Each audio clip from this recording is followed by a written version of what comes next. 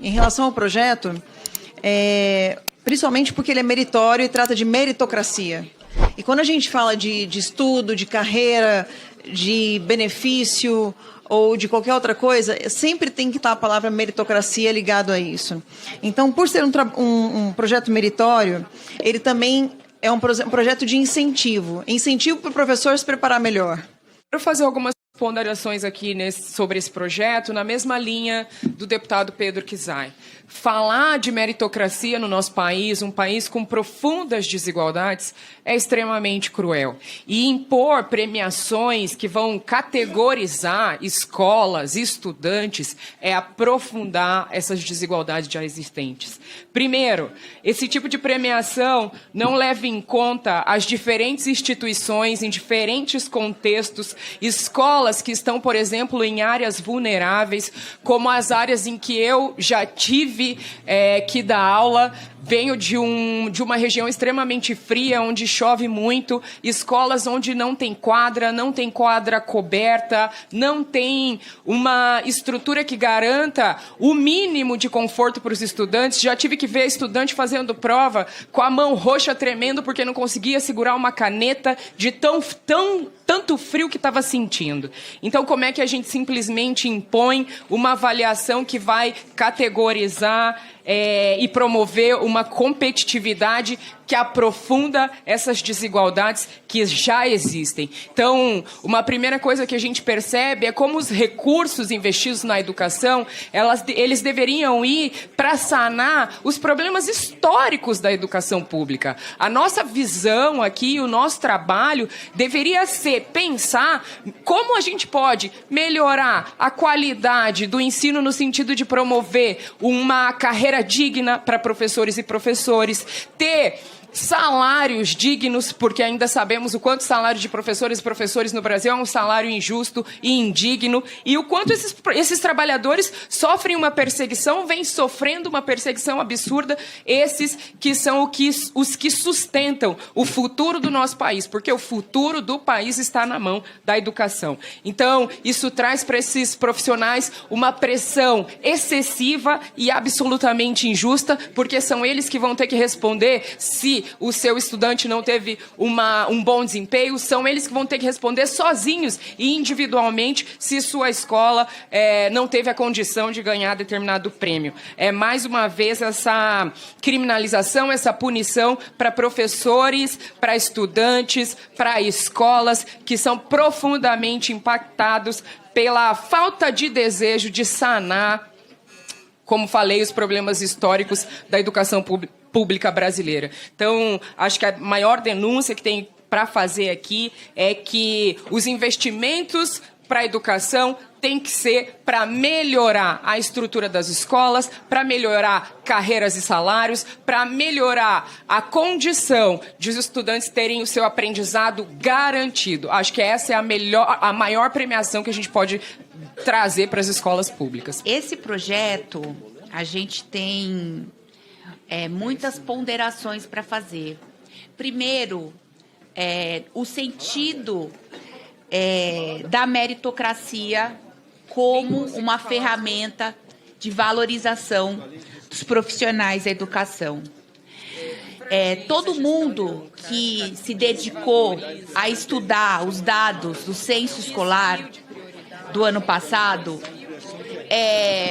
vão ver e vão verificar que as escolas onde a gente tem os menores desempenhos dos estudantes são as mesmas escolas que estão com as piores estruturas, condições físicas, em áreas de vulnerabilidade social, atravessadas pelas desigualdades históricas do nosso país.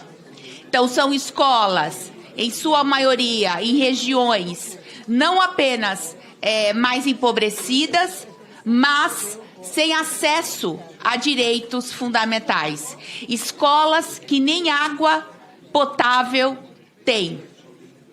Escolas onde a gente precisa fechar o estabelecimento devido ao constante guerra que tem, como é o caso específico da cidade do Rio de Janeiro, onde as escolas são fechadas semanalmente.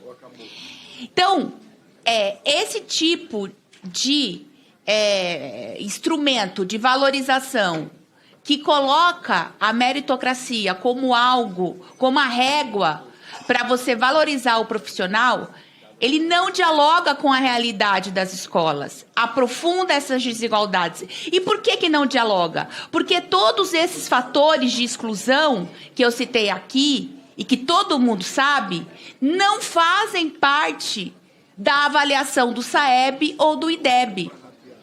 Isso não é considerado. É considerado apenas o desempenho seco daquele aluno. E, para terminar, eu queria chamar atenção para outros pontos desse projeto. Ele não inclui o quadro de apoio das escolas, que são os profissionais fundamentais que estão atuando junto com os professores, excluindo esses profissionais, mais uma vez, do trabalho que eles realizam. Eles punem, mais uma vez, as mulheres, que são maioria na educação básica, quase 90% são mulheres, são mães. Então, se o seu filho ficar doente e ela precisa se afastar para cuidar desse filho, para proteger a sua família, ela é avaliada como uma professora que não merece ter o seu desempenho profissional valorizado. Isso é uma distorção. Isso pune as mulheres que são responsáveis pelo cuidado aqui no nosso país. Negar essa realidade é praticar o machismo institucional. E, por fim, quero aqui concordar com todos os meus colegas que me antecederam e pontuaram que esse instrumento, e quero lembrar aqui que hoje o Brasil não cumpre nem sequer o piso nacional do magistério, que é um pouco mais de R$ 4.500 por 40 horas de trabalho. Então, a gente precisa sanar essas questões, a gente precisa dar condições iguais para que, de fato, a gente possa pensar numa perspectiva diferente que não combater, de fato, as nossas desigualdades. Então, o projeto precisa ser revisitado. Muito obrigada, presidente. Senhor presidente, só a título de esclarecimento... Precisamos, deputado. Para a votação. Caros deputados e deputadas, eu compreendo e, óbvio, respeito muito a discussão, só que eu, de verdade, assim, a discussão precisa ser em cima desse projeto. Só para rememorar todo mundo, o projeto é o 3910 de 2024. Nós não estamos criando nenhuma avaliação, nem impondo nenhuma avaliação. A avaliação já existe. Segundo ponto, é opcional das escolas aderirem a essa premiação, ou seja, ninguém está impondo nada. Isso. Exatamente. Não. A opção é voluntária da escola. Não, a opção é da escola, tá? O artigo 1º, quer dizer, o parágrafo 1º do artigo 1º diz: a premiação depende de prévia adesão voluntária por parte da rede municipal ou estadual da qual os estudantes avaliados façam parte. Não é da escola, é da rede. E esse é um detalhe importante. Quando a rede adere, todas as escolas estão nele, todas as escolas serão ranqueadas, todas as escolas serão expostas. Isso é um problema.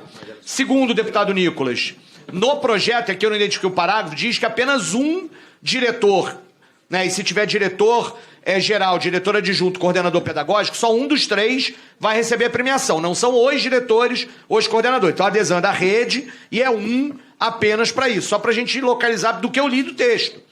Né, e não tem substitutivo, estou imaginando que seja esse. Deputado Tarcísio, do deputado Tarcísio, de fato é para a rede, contudo, a rede, contudo, a avaliação ela é feita com o índice da própria escola. Então, por exemplo... Isso eu sei e falei. Isso eu sei e falei. Mas as escolas serão ranqueadas obrigatoriamente. Vejo que se segue para buscar uma alternativa de acordo, embora haja dúvidas em relação ao projeto ainda. eu concordo com o que o deputado Mineiro acaba de dizer, que você pode sim buscar premiações que sejam coletivas. Isso incentiva a escola a produzir melhor. E a escola pública também precisa desse tipo de incentivo, e nesse caso não há nenhum óbice em relação a esse tipo de premiação ou incentivo, eu preferia chamar dessa forma. As escolas se esforçam para chegar a um determinado consenso, um determinado avanço na escola. Isso melhora, inclusive, o debate que nós estamos fazendo aqui hoje. Semana passada eu escutei de alguns deputados e deputadas que a escola pública é o lugar pior para se ter uma criança ou um jovem. Que nós não devíamos nunca ter escola pública, era o pior lugar para se ter um jovem na escola. Até isso eu ouvi aqui. Hoje melhoramos bem. Já estamos discutindo, inclusive, como melhorar a escola pública, que é o local que estão nossos jovens e jovens, homens e mulheres, especialmente nas periferias dos grandes centros. É impossível pensar uma rede de educação no Brasil que desconsidere a escola pública como a essência no nosso país de hoje. Imagina se nós teríamos condições de ter escolas particulares por todo esse Brasil para atender o conjunto da nossa população. Impossível.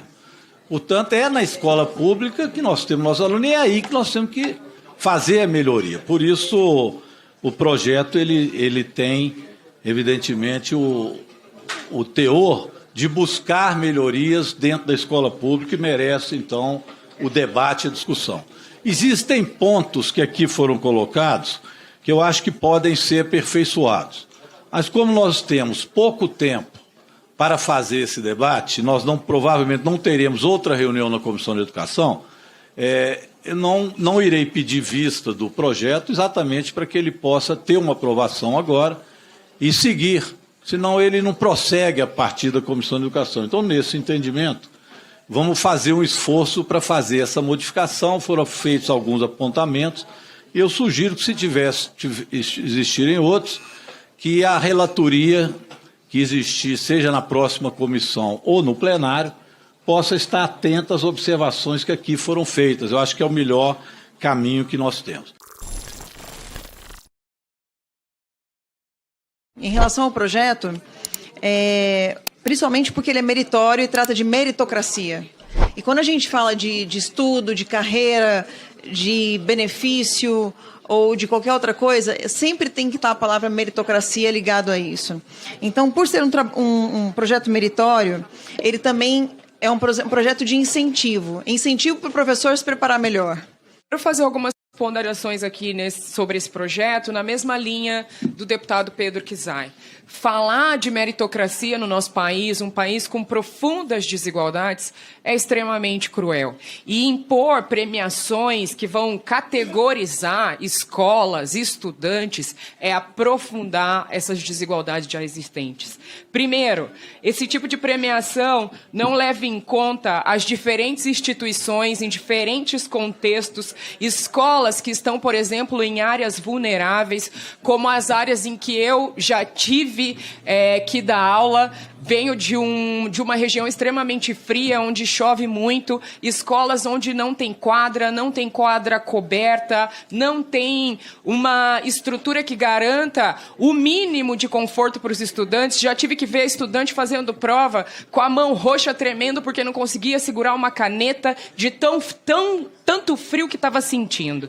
Então, como é que a gente simplesmente impõe uma avaliação que vai categorizar e promover uma competitividade que aprofunda essas desigualdades que já existem? Então, uma primeira coisa que a gente percebe é como os recursos investidos na educação, eles deveriam ir para sanar os problemas históricos da educação pública. A nossa visão aqui, o nosso trabalho, deveria ser pensar como a gente pode melhorar a qualidade do ensino no sentido de promover uma carreira digna para professores e professores, ter salários dignos, porque ainda sabemos o quanto o salário de professores e professores no Brasil é um salário injusto e indigno, e o quanto esses trabalhadores sofrem uma perseguição, vêm sofrendo uma perseguição absurda, esses que são os que sustentam o futuro do nosso país, porque o futuro do país está na mão da educação.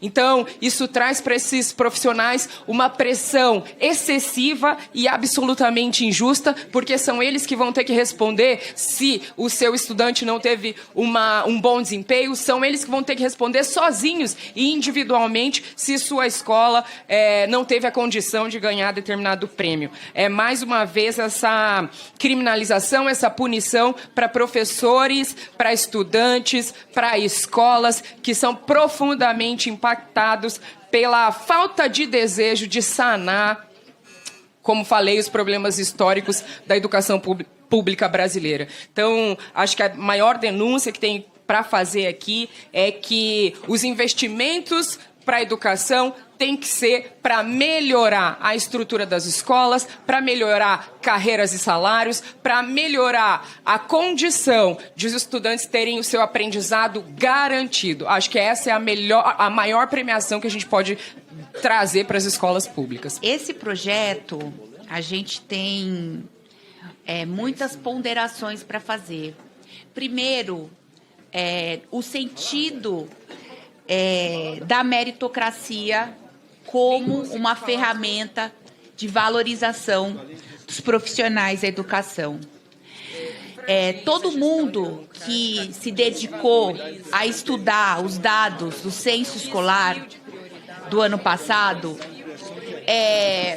vão ver e vão verificar que as escolas onde a gente tem os menores desempenhos dos estudantes são as mesmas escolas que estão com as piores estruturas, condições físicas, em áreas de vulnerabilidade social, atravessadas pelas desigualdades históricas do nosso país.